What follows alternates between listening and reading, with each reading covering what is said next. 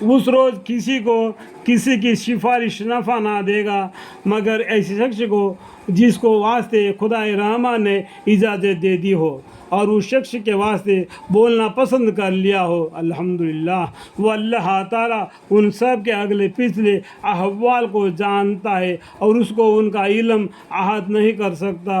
और उस रोज़ तमाम चेहरे उस हय्यु व क़य्यूम के सामने झुके होंगे। आज माबूद करके इबादत कर रहे हैं ना, तो उस टाइम पर तमाम चेहरे उस हय्यु व क़य्यूम के सामने झुके होंगे और ऐसा शख्स तो हर तरह नाकाम रहेगा जो जुल्म यानी शिरक लेकर आया होगा, अल्लाह के अलावा दूसरे को इबादत किया। उस टाइम पर उसका बिल्कुल जुल्म यानी लेकर आया होगा। इस शख्स को तो हर तरह का नाकाम रहेगा। और जिसको वो माबूद करके इबादत कर रहा है वो भी हय्यु व क़य्यूम के सामने गर्दन झुकाए होगा। और जिसने नेक काम किए होंगे और वह ईमान भी रखता होगा तो उसको कामिल सवाब मिलेगा, ना किसी ज़्यादती का अंदेशा होगा और ना किसी कमी का। अल्हम्दुलिल्लाह। और हमने इसी तरह इस अरबी कुरान करके नाजिल किया है और इसमें हमने तरह तरह से वाइदे बयान किए हैं ताकि वह सुनने वाले लोग डर जावे और ये कुरान उनके लिए किसी कदर तो समझ पैदा कर दे। सो अल्लाह ताला जो बादशाह हकीकी है बड़ा आलिशान है और कुरान पढ़ने में कबल इसके कि आप पर उसी की वही पूरी नाजिल हो चुके, अजलत ना कीजिए। यानी कुरान नाजिल हो जाता है उस पर आप उल्टे बातें मत करो। जिस तरीके से कुरान नाजिल होता है उस तरीके से आप पैगम्बर जिब्राइल अलैहिस्सलाम ने सुन लो और आपको सुनना और आपका दिल में उसको उतारना अल्लाह का जिम्मा है। ठीक है, क्या कीजिए, अजिलत ना कीजिए और आप ये दुआ कीजिए कि ऐ मेरे रब मेरा इल्म बढ़ा दीजिए, वक़ुल रब्बी ज़िदनी इल्मा।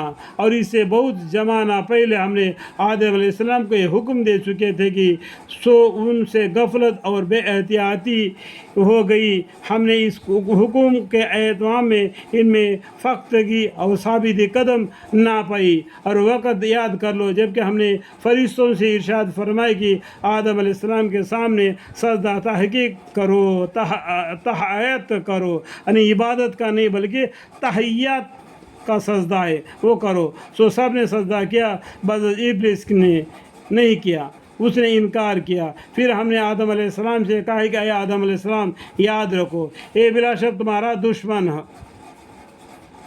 है, तुम्हारा भी और तुम्हारा बीवी का भी, इस वजह से क्योंकि वो सजदा ना करने की वजह से अल्लाह के नज़र में गिर गया और इससे तुम्हारा बदला लेना चाहेगा। तो इसलिए उसको दुश्मन है कि तुम्हारा मामला में ये मरदूद हुआ।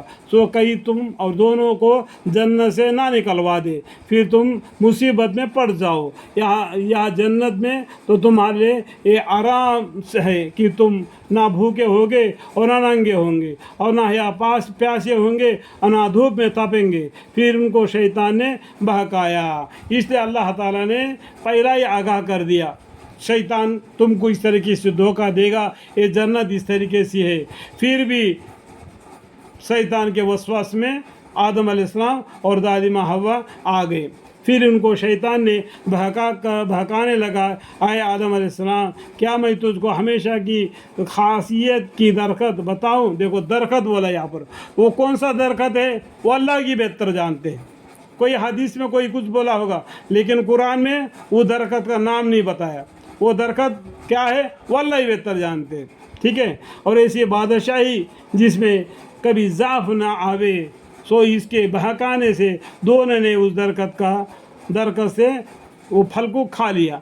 तो उन दोनों के सतर एक दूसरे के सामने खुल गए और अपना बदन ढांकने को दोनों अपने ऊपर जन्नत के दरख्तों के पत्ते छुपाने लगे और आदम अलैहिस्सलाम से अपने रब का कसूर हो गया। जो अल्लाह ताला ने पहले डराया था वो गलती हो ही गया, गलती में पड़ गए। फिर जब उन्होंने माजरत की, अल्लाह से माफ़ी मांगी, तो उनको उनके रब ने ज़्यादा मकबूल बना लिया। सो उन पर तोज्जा फरमाई और राही रास्ता पर हमेशा कायम रखा। देखो गलती हो जाता है, होना भी चाहिए, होने के बाद में اللہ سے معافی بھی مانگنا چاہیے، تو اللہ تعالیٰ پہلے سے بھی زیادہ رحم کرے گا، مہربانی فرمائے گا، توجہ فرمائے گا، اور بھی زیادہ پیار کرے گا۔ الحمدللہ۔